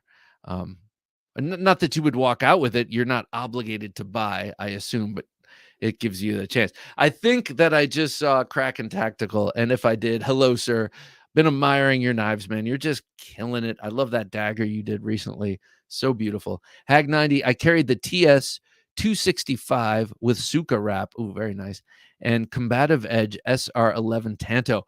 Oh my gosh. It's cool to see a Combative Edge carrier. I know we've talked about this before. Hag. I have the Combative Edge M1 in recurve clip point. I've always loved that knife, even though it's not a flipper. Ha, D-Bass. Thank you, sir. I always look forward to Thursday Night Knives with the Knife Junkie. Thank you, Bob and Jim, for everything you do. All right, so I learned on the Knives Fast channel that I have to come up with something when I get a super chat, as D-Bass has done, and I really, really appreciate it. So D-Bass, I'm going to salute you, D-Bass. That's what I'll do. I'm going to salute you, D-Bass, with this here gorgeous Bowie knife. Sir, Here's to you. Thank you. All right. That's a super chat, and that will be my thing. That's my thing. And I got to come up with a tagline like I didn't do it or something, or Professor EDC says, thanks for those kind words, Bob. Really appreciate it. I'm carrying the BK16, the GEC 44. I love the GEC 44. That's a gun stock. And the Emerson CQC 8, the banana blade. I love that knife too. I saw that in a photograph you put up of 4 Emersons standing all in profile, just like an Ingmar Bergman movie, with 3 gorgeous Swedish ladies in black and white looking out the window, contemplating their existence on the ice floe. That was a very nice photograph, man. I really liked it. Mark Herrera says Manly is out of Bulgaria. That's what it is, Bulgaria. Sorry for the not remembering.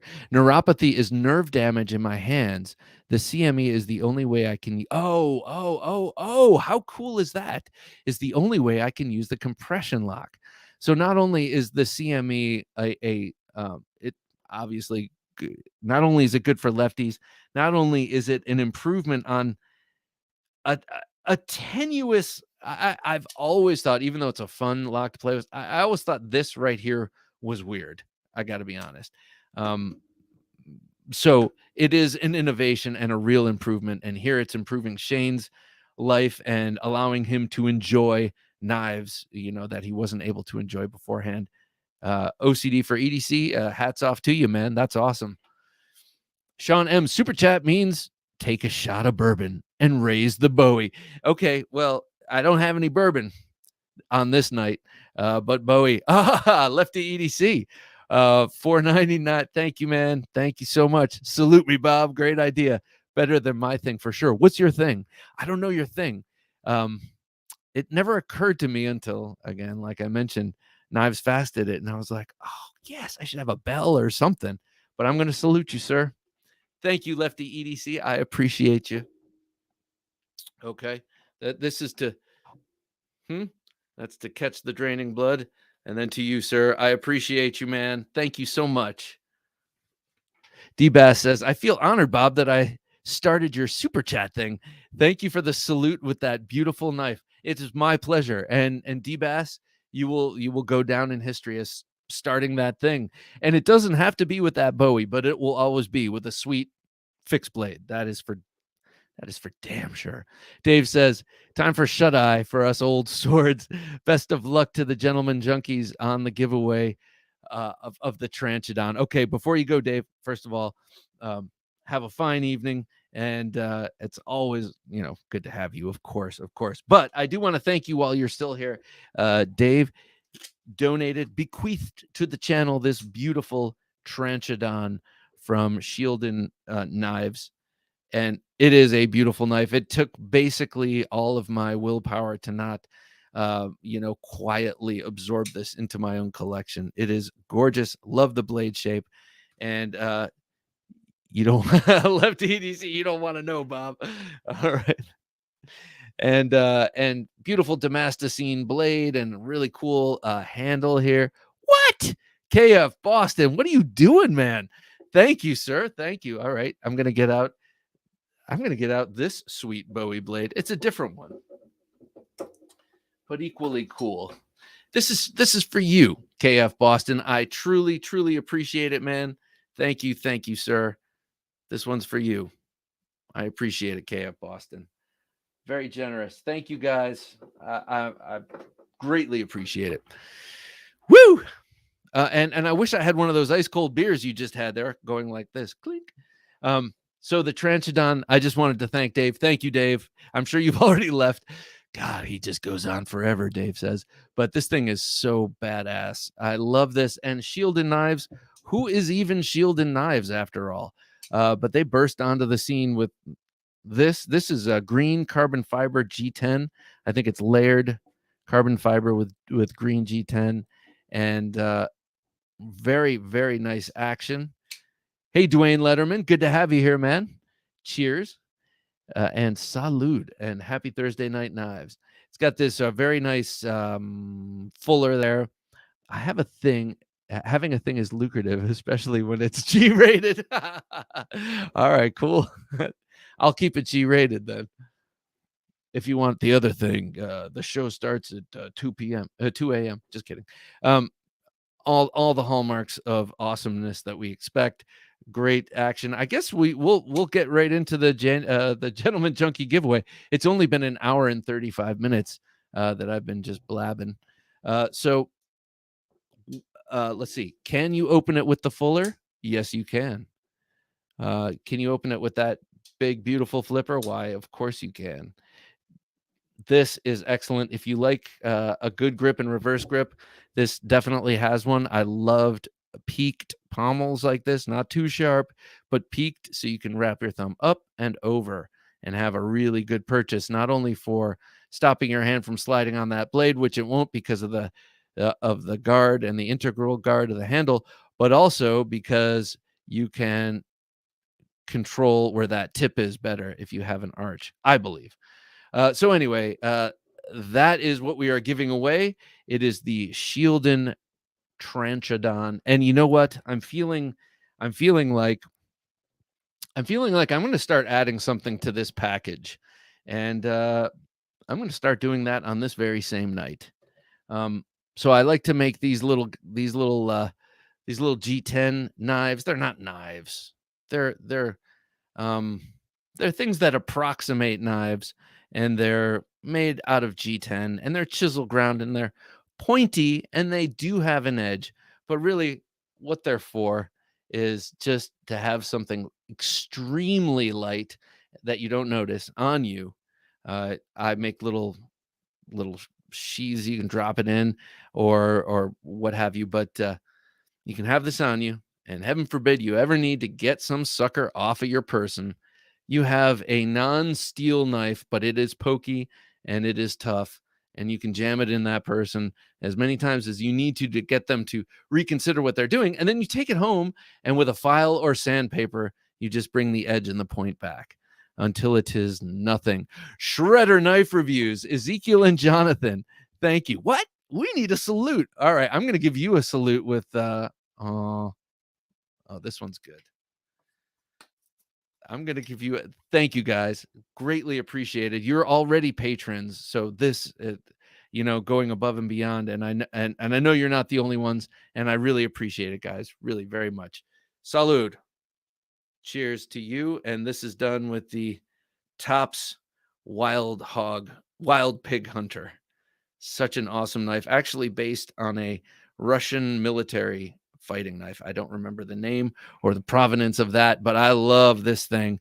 And woe be it to the hog that runs into the man or woman wielding this knife on the hunt, is what I have to say. Thank you, guys. Greatly appreciated.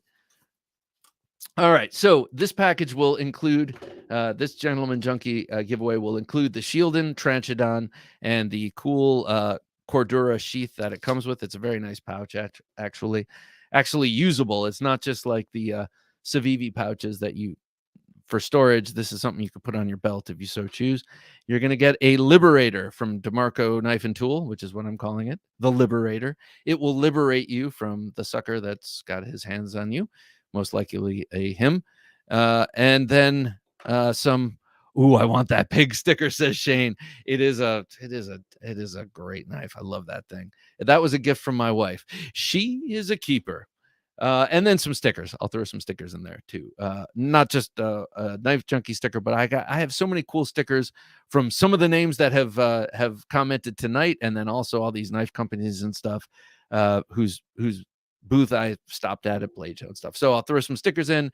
You'll get a Liberator for those intimate moments, and then the Tranchodon, this cool, stylish, and fancy pants knife from Dave. Thank you, Dave. All right, let's get out the wheel, and let me read off the names of said patrons, Gentleman Junkies.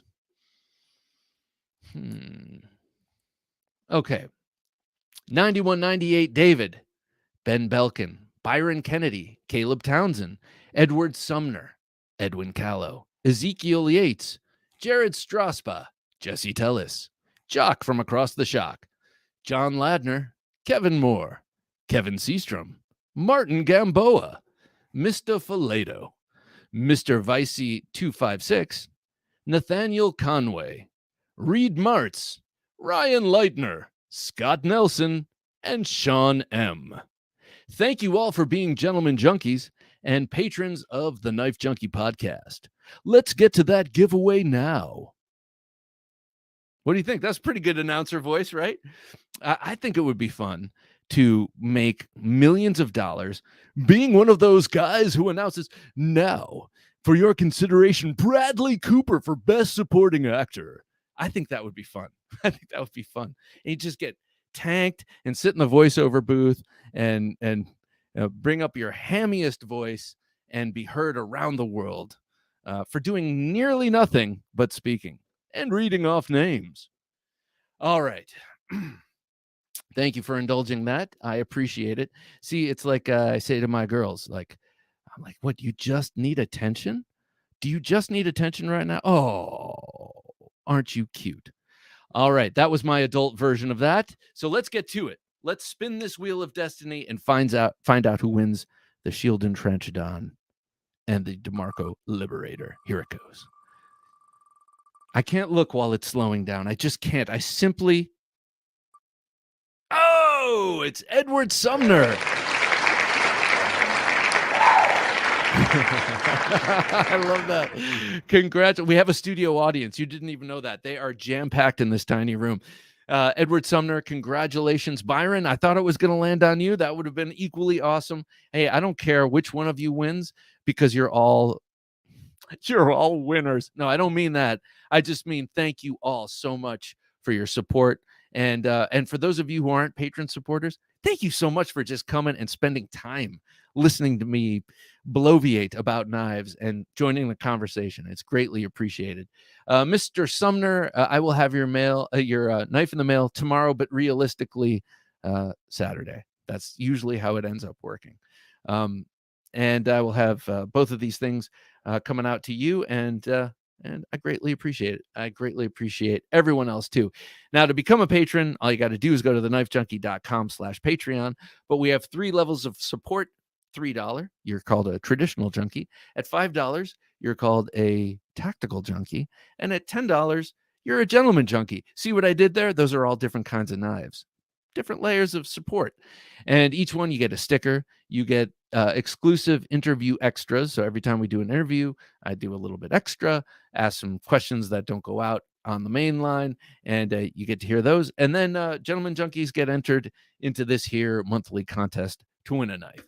So if that floats your boat, do it. We greatly appreciate it. If not, I just love having you here, knowing that you're that you probably care about knives and that I'm not just screaming at clouds like some people we know in very high positions. Quack says knife companies should hire you to do voiceover.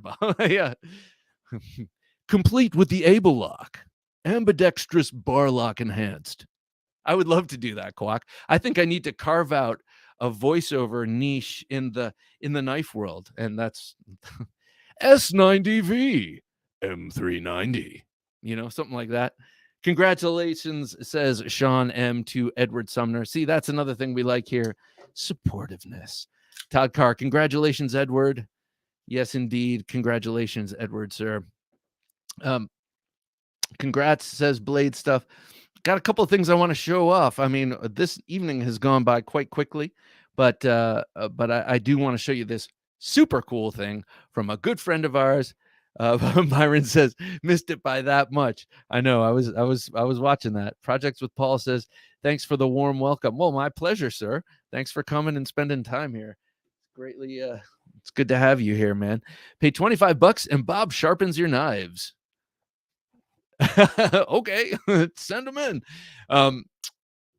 Kevin Moore, $10. Man, Kevin, again, going above and beyond. Kevin is awesome. Thank you, man. I appreciate that so much. Was great seeing y'all on the other side of the interview table. Good stuff, man. Kevin, hang on. Kevin Moore, thank you, sir. It's a pleasure. Bark Rivers V44. 44 has always been my favorite number. So it fits. It fits. That I love this knife. But thank you, Kevin. Oh, that's a double salute to Kevin. But you know, I double salute all of you in spirit. Um, all right. Oh, that's a great excuse to bring out and show off other knives, you know. Um, that's what we'll do. That's what we'll do. Okay, this is cool. I'm liking it. All right, so I want to show you the Tempest Knives Mach 51. You know this knife. You've seen this knife. It's been doing the rounds. Uh, this is Casey, you know, Casey Spirion of Knives Fast, the Knives Fast channel. Such a cool guy. He is a also a Virginian, and I was on his show on Monday. He does a really great live stream on Monday night. Excuse me. Came on the show, had a blast. He's a great guy, great host, very warm person, and what a great community that was there for that show. So had a blast. But this is his knife. This is a prototype. I believe he's had 3 prototypes made, 2 or 3 prototypes made. But I believe Best Tech. Now I'm talking out of school. Pretty sure this is Best Tech. Titanium, contoured titanium handle. That's not easy to do, and it's not inexpensive and uncomplicated to do. Oh, by the way, I just got to show this. Right on the backspacer, it says Tempest Proto. So Tempest Knives is Casey's brand. Tempest Knives, if I didn't say that. And okay, so this is the Mach 51. So where was I? Contoured titanium handle, frame lock. But what is so beautiful about this? It's got orange peel texture. It's so luxurious feeling. This orange peel texture. Loving that Mach 1, say the shredder guys. Yeah, it is as unique as the day is long. Is there a pre-order or Kickstarter for the Mach 51? There will be, most definitely, and I believe he's launching it in February, if memory serves. But so interesting. I mean, you look at this and you can immediately see his love of cars and aeroplanes. This is like the Mach, what is it? The Mach, what is it? The Mustang car, the Mustang car, but I don't remember what it is. The Mach something, and it also is evocative of the P-51 Mustang canopy, and then you see the wheel here. You know, the nice 5-spoked wheel there. That's just a really cool knife with a very unique design language. Todd Carr, definitely a cool design that Casey put out there on his first try. No doubt.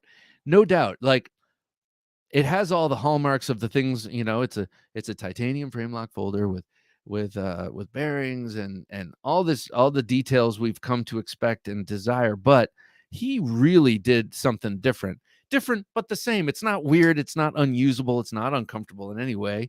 It's actually very comfortable and ergonomic. Frankly, I have not used it yet. I have sliced paper. It's sharp as hell. That orange peel is so good. I agree, Hero Sticks. But this is truly unique in design without in any way jacking up the function of a knife type knife. You know what I mean? It's not a self-defense implement, and it's not a art knife, and it really is an EDC with an absolutely really unique and cool design. And by the way, it's useful. Big Red EDC says Kickstarter has been delayed due to steel availability. Thank you, sir. Oh man, what do you think of this, Big Red? I'm sure you love it. As a matter of fact, I know you love it because I think well, maybe I don't. Did you? I don't know. Let me know what you think of this, because I think it's pretty sweet, and we all want to hear what you have to say about it. Lonely Stacker 7777, thank you, sir. 49. That's awesome, man. Super chat. Thanks for sharing that history on the Messer sword. Please share another tale of a short sword from the Renaissance. Okay, I got to learn something about it. But man, everything, you know, it's cool to hang on. I don't want to forget your salute. Oh, so this, though it is not polished and glorious looking, is one of my sharpest in the pumpkin shop. This thing is incredible. This was made by a special Filipino Marine from a car spring, and a water buffalo horn and grit. That's it. And it is sharp as hell and fast and amazing. So to you, sir, I say thank you so much. I greatly appreciate your super chat. And that is the knife. A bolo. My dad got this in the Philippines. So there you go. Thank you. So yes, this thing is really cool. I really hope KC all the best with this knife. This is M390. It's really nicely ground. It seems very thin. It cuts very well, I should say it cuts paper like it's very thin. The salute is totally becoming a thing. I love it. Yes. Woo. Stop trying to make fetch a thing. It's never gonna happen. Lonely Stacker 777. That's freaking sweet. That's freaky and sweet. Love it. Thank you. I love that. Yeah, some of these old Filipino blades are just nasty, just made for work and killing. Like no no in between.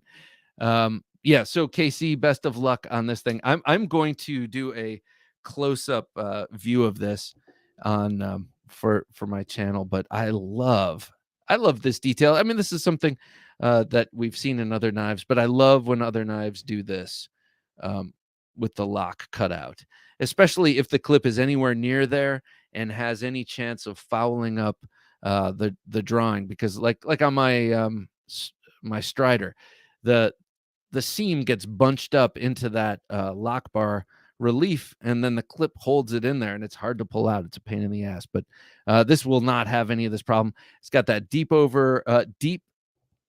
carry pocket clip that's a loop over wire, and I know there are some people who are making milled replacements for clips like this on Spyderco. I'm not sure if this is going to be one-to-one in terms of replacement, but just a very cool opening method with that middle finger flick, or like a pinch thumb slow roll sort of thing. Ergonomically wonderful up here in this choil. Even back here without the choil, it works great. If you for more longer distance cutting, I guess. Dan, I'd buy that Mach 51 if I had enough money. I wonder what it will cost.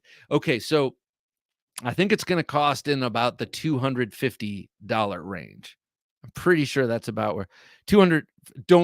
Please do not quote me on it, but we were kind of talking about it the other night, and I think it's the $250 to $300 range. So this, to me, that range is, yeah, you got to really like the knife. I have to really like the knife to spend that money. There are I will go up to about $100 to just check something out, because frequently I think I can pretty much get a lot of money, not get a lot of money, but get most of my money back out of it. And the money I don't make back out of it when I resell it, I figure is the cost of making a video and renting it for a little while before I move it along. This knife in this sort of range is one that you would get because it's a keeper and because you find this to be a stunning design. And I really find this to be a unique and cool design. So yeah, check out Knives Fast on YouTube. And you can also check out, just do a search for Tempest Knives Mach 51. And you'll see a bunch of trusted voices in the knife community looking at this and talking about it. And soon my name will be added to that esteemed roster when I do a video on this.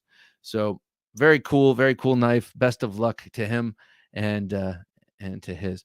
All right, we are going to sign off in just a minute, but I do have to mention, I want to do one Life Knife news story because I think it's cool and it's exciting. Well, actually, maybe I'll breeze through both of them really quickly because I want to share. I've had much knives to. I'm sorry. I'd have to sell some knives for that much. I'm a two-son kind of guy. I know, but you know what, Dan? There is a freedom in selling off some of those knives for fewer knives. You will feel a cleanliness in your soul. No, you won't. You will feel like, geez, I don't miss that knife like I thought I would. Because when you walk up to your collection and you're all day long, you're like, yeah, I'll sell the Yojumbo. I never carry it. And then you get up to your collection and you're like, oh wait, but it's such a sweet knife. How can I get rid of it? Don't do that. Just take it out of the box, put it in its box, sequester it, and then think about it when you're away. Then when you come back, it's just a box that you have to get rid of, not a knife. And then you can get rid of a couple of two sons and buy that Mach 51. I will be your consultant through the process. Just kidding. I just want to mention Liang Maa has is coming out with a budget line, and I'm very excited about this. I'm not excited about the name. It's Eutectic, I think. I'm not exactly sure how to pronounce Eutektic. Eutectic is the best I could come up with. But look at these things. I mean, especially the one on the bottom that looks like the Field Duty to me. These are screaming Liang Maa, but they're also screaming budget, and they look, I don't know, they look very exciting to me. The one in the middle, the spear point, Eutectic, is that's a 3.75-inch blade, so that gives you some idea. That clip point is right about in that neighborhood, and then the one on the bottom, they all have goofy names, and we can talk about that in a minute. But the one on the bottom is true declutter, says Dan. Yeah, exactly. And then you'll be justified in buying some new ones. The one on the bottom reminds me of the Field Duty. I think these are cool. I'm excited. I do like Liang Maa designs, but I got to be honest, not that much to spend Liang Maa money. I had the CKRT eraser, thought that was brilliant and amazing. But in any case, I would like to get into a Liang Maa, but I would like to take this route with that clip point on top. So what do you think of Eutectic knives? I'm not sure if this is a Knife Junkie thing, but my scissor collection is outrageous. Sharpening scissors is a whole new ball game. I'm not sure if you're joking, but I don't collect scissors, but I have a really cool old pair of very menacing barber scissors, and they've been sharpened to the point where they're no good for cutting as scissors, but they'd be great for. Well, did anyone see the movie The Dead Zone with Christopher Walken? There's a great scene with a pair of barber scissors. Maybe you'll remember that. And then we'll get to this during the midweek supplemental in more detail. But Lion Steel and Emerson are collaborating on an integral aluminum folding karambit that made me swoon when I saw it. I love the shape of the blade, and it's a Magna Cut blade. So it's like this. It's like a super project. I mean, look at that. It's a damn attractive looking folding karambit. And then, like all karambits must, if they want to be successful folding karambits, you got to carry it tip up with a wave or something that will help you open it when you extract it. Otherwise, it makes no sense to have a folding karambit. And then look at that damn gorgeous blade. It is so cool looking. Integral aluminum handle is an interesting twist. And Lion Steel, Emerson, aluminum integral, M390, like all these things come together. Oh, I mean, not M390, Magna Cut. They all come together to just form a truly drool-worthy project. So I don't know if I'll be getting this because I don't really have much use for karambits in my life, but God, is it gorgeous. And that blade is just so yummy. All right, that's all. That's all of my talking about knives. Until I get upstairs and crawl into bed next to my wife, and I'm like, hey, guess what? Emerson and Lion Steel are teaming up, and they're going to make a Magna Cut karambit. Oh, are you awake? And so she loves that. I'm hyped about that karambit, says Buddha Flash. I'm not surprised, Buddha Flash. Yeah, it is sweet for sure. Total sweetness. All right, guys, I think that's about me for this evening. It's late over here on the East Coast of the United States of America. Be sure to join us on Sunday for episode 286 of the Knife Junkie podcast with Christopher Berry. You know him as Big Chris Custom Knives, making some of the most amazing competition choppers for sure. But that has sort of waned, and he is making some of the thinnest, lightest, and like most beautiful yet rugged fixed blade knives out there. And he was one of the first guys to test Magna Cut. He was one of the first guys that Laren Thomas and Carpenter, you know what I'm talking about, CPM Crucible sent out Magna Cut to. He was one of the first guys. So check that out. Of course, check out the Wednesday show when I talk about whatever new knife I've gotten. And I can't wait to get my knife back from the Knife Modders because it's going to be damn awesome and cool. All right, everybody. Well, thank you so much. Thank you for joining us tonight, and thank you for all those super chats. And I'll give you all a salute because it's a new thing, and we're trying to harden it into a thing. So let's do this right here. Thank you, guys. Thank you all, ladies and gentlemen, one and all. Thank you for spending this time with me. So for Jim, working his magic behind the switcher, 67 cookies, manage. Great night. Thrilled about winning tonight's giveaway. Love this community. All right, Hero Sticks, man. Thank you. Congratulations. Buddha Flash. Good night, everyone. Good night, Buddha Flash. Thanks for joining us. Ior, thank you for another great show on my way to work. We'll have a wonderful evening at work, and your show's the perfect start for me every. Oh, that's awesome, man. Thank you.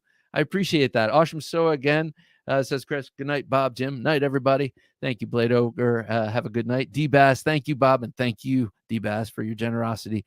Thank you, Bob and Jim. He says, Dan Satermo, great to meet you tonight. Good night, sir. Todd Carr, always a pleasure. Thanks for the great show. That's twice this week, Todd. Have a great night, everyone. Making things sharp and fun and enjoyable. JN, later, Bob. Thanks for having us. Oh, my pleasure. Thanks for joining us. Later, Jim. Thanks for running stuff. He does indeed, and he does it like a gangster. Big Red, thank you, man. Thanks for joining us. Always love watching your videos, sir.